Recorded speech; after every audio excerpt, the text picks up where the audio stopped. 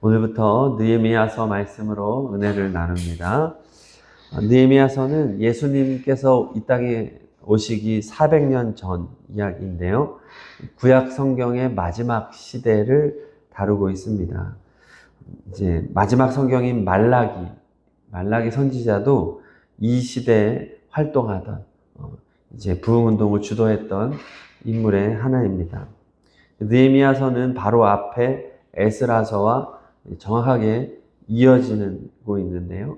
그래서 유대에는 에스라서와 느헤미야가 한 권으로 되어 있습니다. 에스라서에서는 1차 포로 기환, 그리고 성전 재건, 또 에스라가 주도한 2차 포로 기환, 또 신앙 개혁까지 보여줬습니다. 이제 느헤미야서에서는 느헤미야의 주도하에 이루어진 3차 귀환과 성벽 재건, 그리고 영적 부흥 운동을 다루고 있습니다. 1장 1절을 다시 봉독하겠습니다.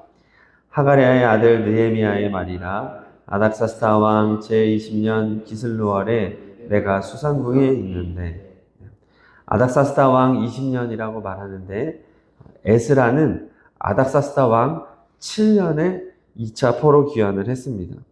그러니까 에스라 포로 귀환 후에 지금 13년이 지났다라는 것을 볼 수 있습니다. 이때 느헤미야가 수산궁에 있었다라고 하는데, 이 수산궁은 페르시아의 겨울 별장이자 중요한 행정 중심지였습니다. 추운 겨울을 피하는 따뜻한 곳에서 왕의 신임을 받는 신하로 일하고 있었던 것입니다. 아직 술관원의 자리에 오르지는 못했지만 그래도 이방인 출신으로서 매우 출세한 사람임을 보여줍니다. 페르시아 땅에서 태어났고 페르시아에서 성장했고 그곳에서 어려운 출세를 한 것이죠. 충분히 부귀영화를 누릴 자격을 갖춘 사람이었다는 것입니다. 자, 그런데 느헤미야의 관심은 페르시아에 있지 않습니다. 2절을 읽겠습니다. 2절. 내 형제들 가운데 하나인 하나니가 두어 사람과 함께 유다에서 내게 이르렀기로 내가 그 사로잡힘을 면하고 남아있는 유다와 예루살렘 사람들의 형편을 물은즉. 느헤미야의 관심은 유다에 가 있습니다. 그래서 그 형제 하나였던 하나니를 통해서 그 형편을 물어본 거예요. 적극적으로 물어본 겁니다. 이 하나니는 아마 2차 포로 귀환에 참여했을 것이고 무슨 사정이 있어서 페르시아로 다시 돌아왔을 것으로 보입니다. 아마도 페르시아 왕의 명령이나 임무 수행을 위해서 이렇게 오가던 것으로 추측할 수 있습니다. 느헤미야는 매우 적극적인 자세로 고국 유다와 예루살렘 또 성전에 대한 소식을 이렇게 물어보는 거죠. 그는 페르시아에 안주하지 않고 유대인의 정체성을 분명하게 가지고 있다는 겁니다. 그렇습니다. 관심이 사명입니다. 무엇에 귀 기울이는가? 이것이 그 사람의 사명을 보여주는 겁니다. 하나님께서는 사명을 맡기시는데 그 사명을 맡기셨다는 것이 무엇으로 드러나냐 하면 관심으로 드러나는 겁니다. 관심이 생겼다. 하나님의 사명이 시작되었다. 같은 거죠. 우리 교회가 어떻게 일본에 또 태국에 선교사님을 파송하고 인도를 비롯한 여러 곳에 선교를 하게 되었습니까? 하나님께서 우리에게 먼저 관심을 주셨기 때문입니다. 선교사님들에게 관심을 주셔서 선교사님들에게 그 땅을 향한 마음을 갖게 하시고 또 우리 교회에 그 관심을 주신 것입니다.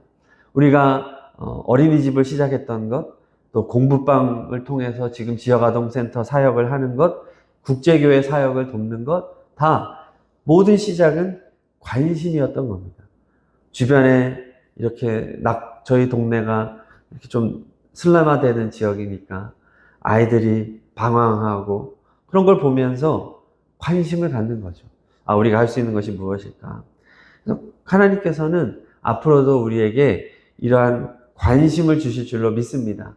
지역사회를 그래서 우리는 귀 기울여 듣고 봐야 되는 거죠.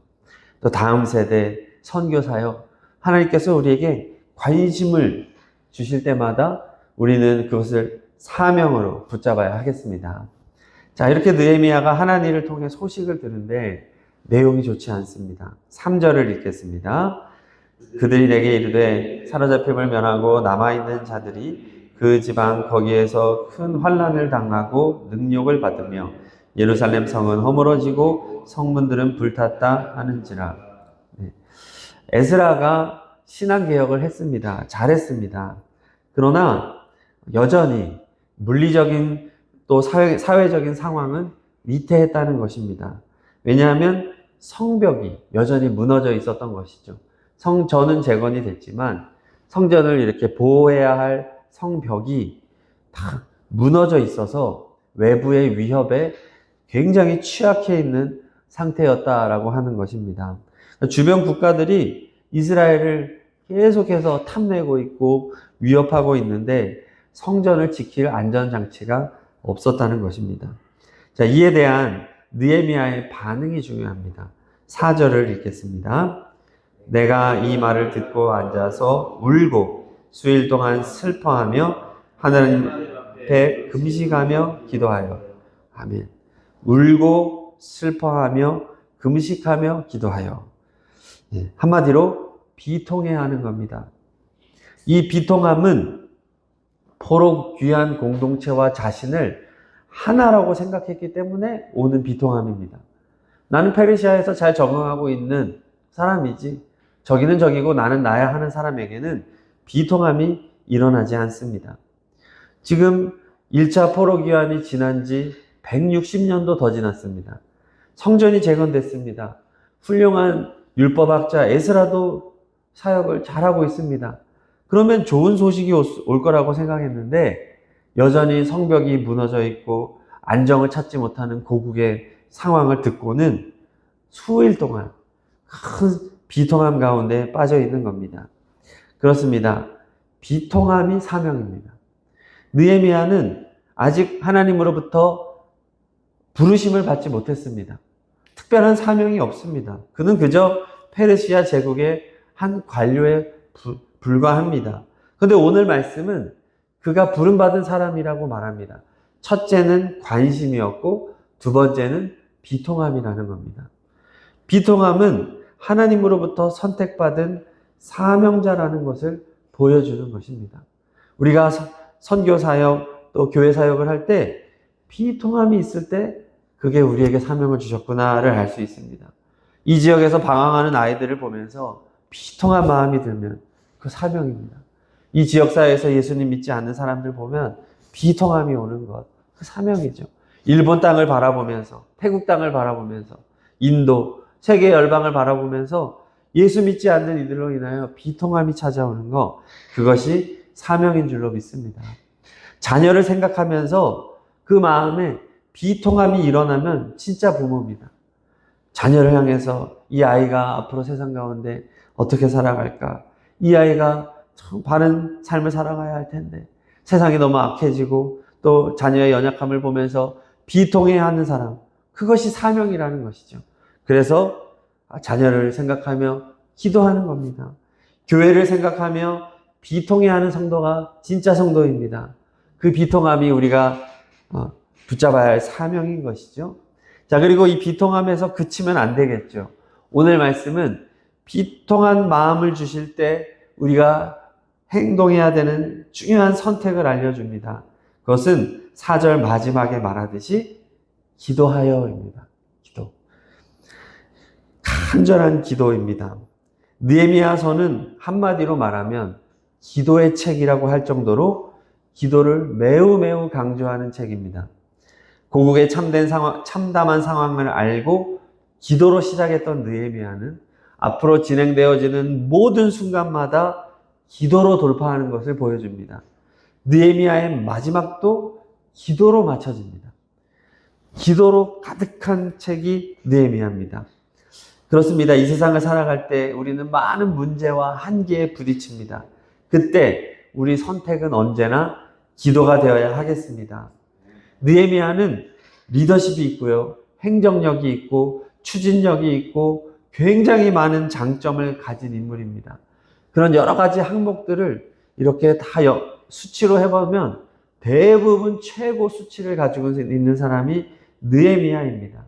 그렇지만 우리는 느헤미야의 그런 부수적인 역량에 이렇게 집중하지 말고 그가 기도로 이러한 역량을 갖추게 됐다는 것을 꼭 기억해야 하겠습니다. 자, 그리고 오늘 말씀은 그 느헤미야의 기도에 담겨진 몇 가지 메시지를 우리에게 줍니다. 우리가 따라야 할 기도의 모습입니다. 자, 첫 번째, 느헤미야의 기도는 낮아짐의 기도입니다. 느헤미야는 이방 땅에서 출세했습니다. 얼마든지 부와 명예를 누릴 수 있습니다. 그러나 그는 자신의 모든 안락함을 버리고 포로귀한 공동체의 자리로 낮아져서 그들의 고통을 자신의 고통으로 끌어안고 기도하고 있습니다. 이 기도, 낮아짐의 기도가 필요하다는 것이죠. 그리고 이 낮아짐의 기도는 곧 예수님의 기도를 의미합니다. 예수님께서는 죄와 사망의 저주 가운데 처한 우리 인간들을 보시면서 관심을 가지시고 비통해 하셨습니다. 그리고 예수님께서는 이 비통함을 사명으로 여기시고 이 땅에 인간의 몸을 입고 내려오셨습니다. 그리고 이 땅에서 예수님이 하신 것은 기도였습니다. 예수님은 자나깨나 늦은 밤에 철야기도 만드신 분 예수님이고 새벽기도 만드신 분도 예수님이고 일상생활 가운데서도 기도하시고 십자가에서도 죽어가시면서 기도하시고 예수님은 지금도 하나님 보좌 우편에서 세상을 위해서 기도하고 계신 줄로 믿습니다. 그러므로 오늘 느헤미야의 기도는 예수님의 낮아짐의 기도를 우리에게 보여주는 것입니다. 우리가 누리고 있는 좋은 삶을 누리는 데 초점을 두어서는 안 됩니다. 우리는 언제나 낮아져야 될 줄로 믿습니다. 내가 신분을 상승해서 좀 더 좋은 집에 살면서 또 골프도 치고 또 사람들 누리는 거 다 누리면서 그게 좋은 신앙생활 하는 것이 아니라는 것입니다. 오히려 낮아져서 세상에서 죄와 저주 가운데 고통당하는 사람들의 비참한 현실에 동화되어 그들의 마음을 느끼고 그들을 대신하여 하나님 앞에 기도하는 우리가 되어야 한다. 이것을 보여주는 겁니다. 또 우리 함께 신앙생활하는 성도들 중에도 믿음이 약한 자들의 입장에 서는 것입니다. 믿음 있는 자들이 믿음 약한 자들의 편에 서서 그래 나도 저럴 때가 있었지.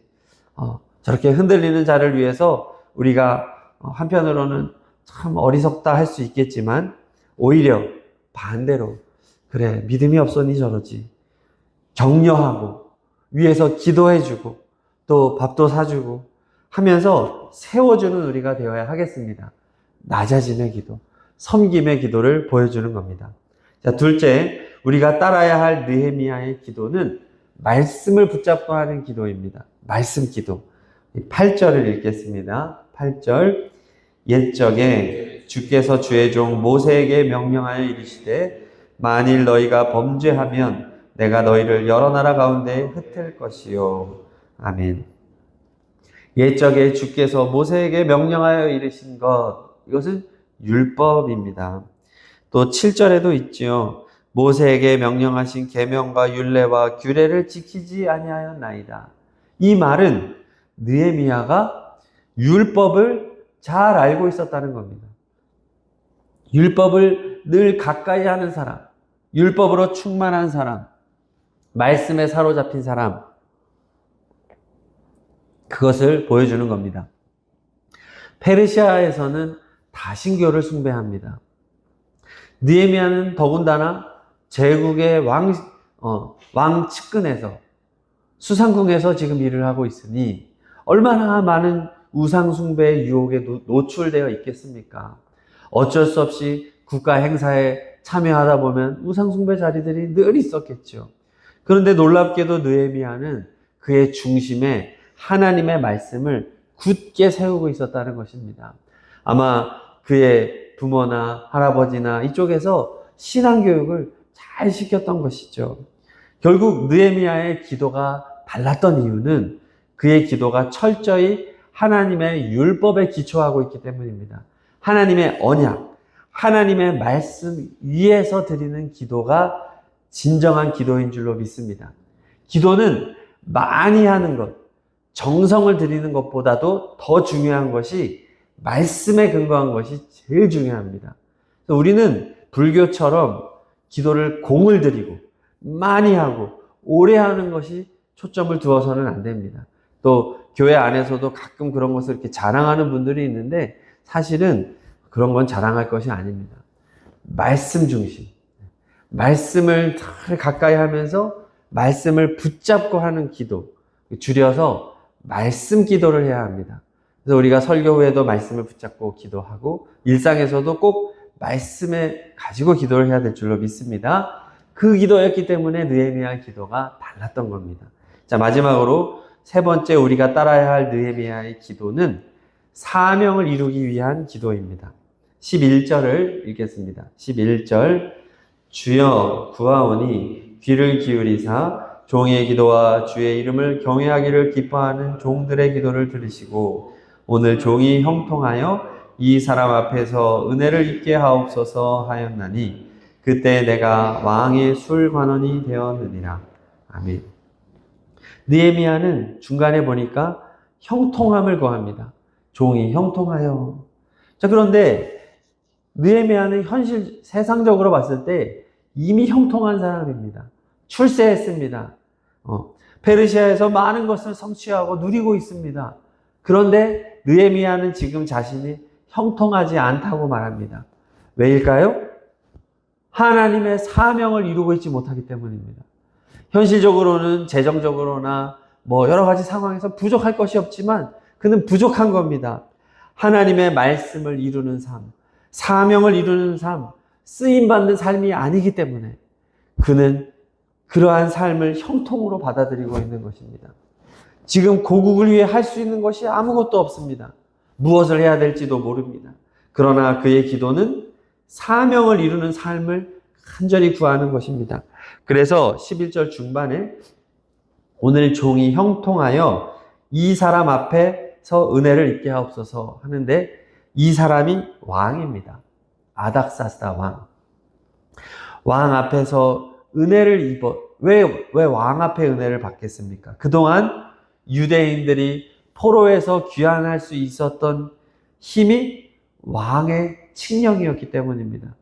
또 성전을 재건할 수 있었던 것도 왕의 칙령 때문이었습니다. 매번 왕의 도움으로 유다가 계속해서 세워지고 있기 때문에 하나님께서 이번에도 왕의 힘을 사용하실 것을 믿었던 겁니다. 그리고 왕의 측근에 있었던 자신을 통하여 왕의 마음을 바꾸어 주실 것을 지금 구하고 있는 것이죠. 하나님이 구체적으로 어떻게 일하실지 아직은 모릅니다.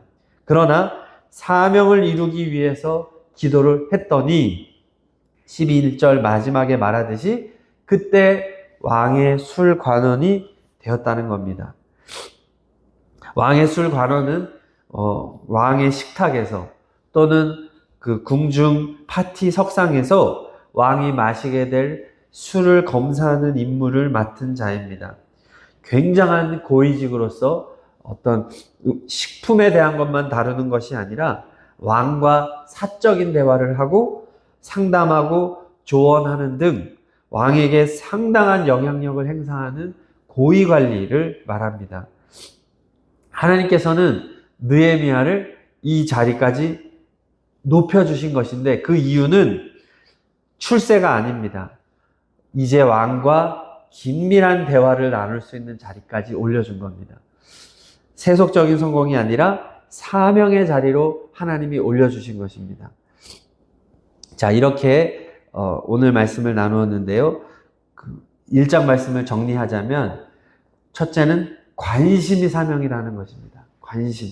우리가 무엇에 관심을 가지고 있고 무엇에 귀 기울이고 있는가. 그래서 우리가 우리 주변 사람들에게 관심을 갖고 지역사회와 다음 세대와 우리 열방을 향한 관심을 가져야 된다. 두 번째는 비통함이 사명입니다. 하나님 우리 마음에 안타까운 마음을 주는 것. 그 자리가 사명의 자리다. 그리고 그때 우리가 해야 할 것은 기도였습니다. 또한 느헤미야의 기도가 우리에게 보여주는 기도는 낮아짐의 기도, 또 말씀을 붙잡고 하는 기도, 또 사명을 이루기 위한 기도, 즉 예수님의 기도라는 것을 보여줍니다. 주님께서 우리에게 가르쳐주신 주기도문 다 이러한 기도인 것입니다. 하나님의 뜻을 구하고 하나님의 나라를 구하고 그래서 겸손히 낮아져 하나님의 길을 가기를 결단하는 그러한 기도인 것이죠.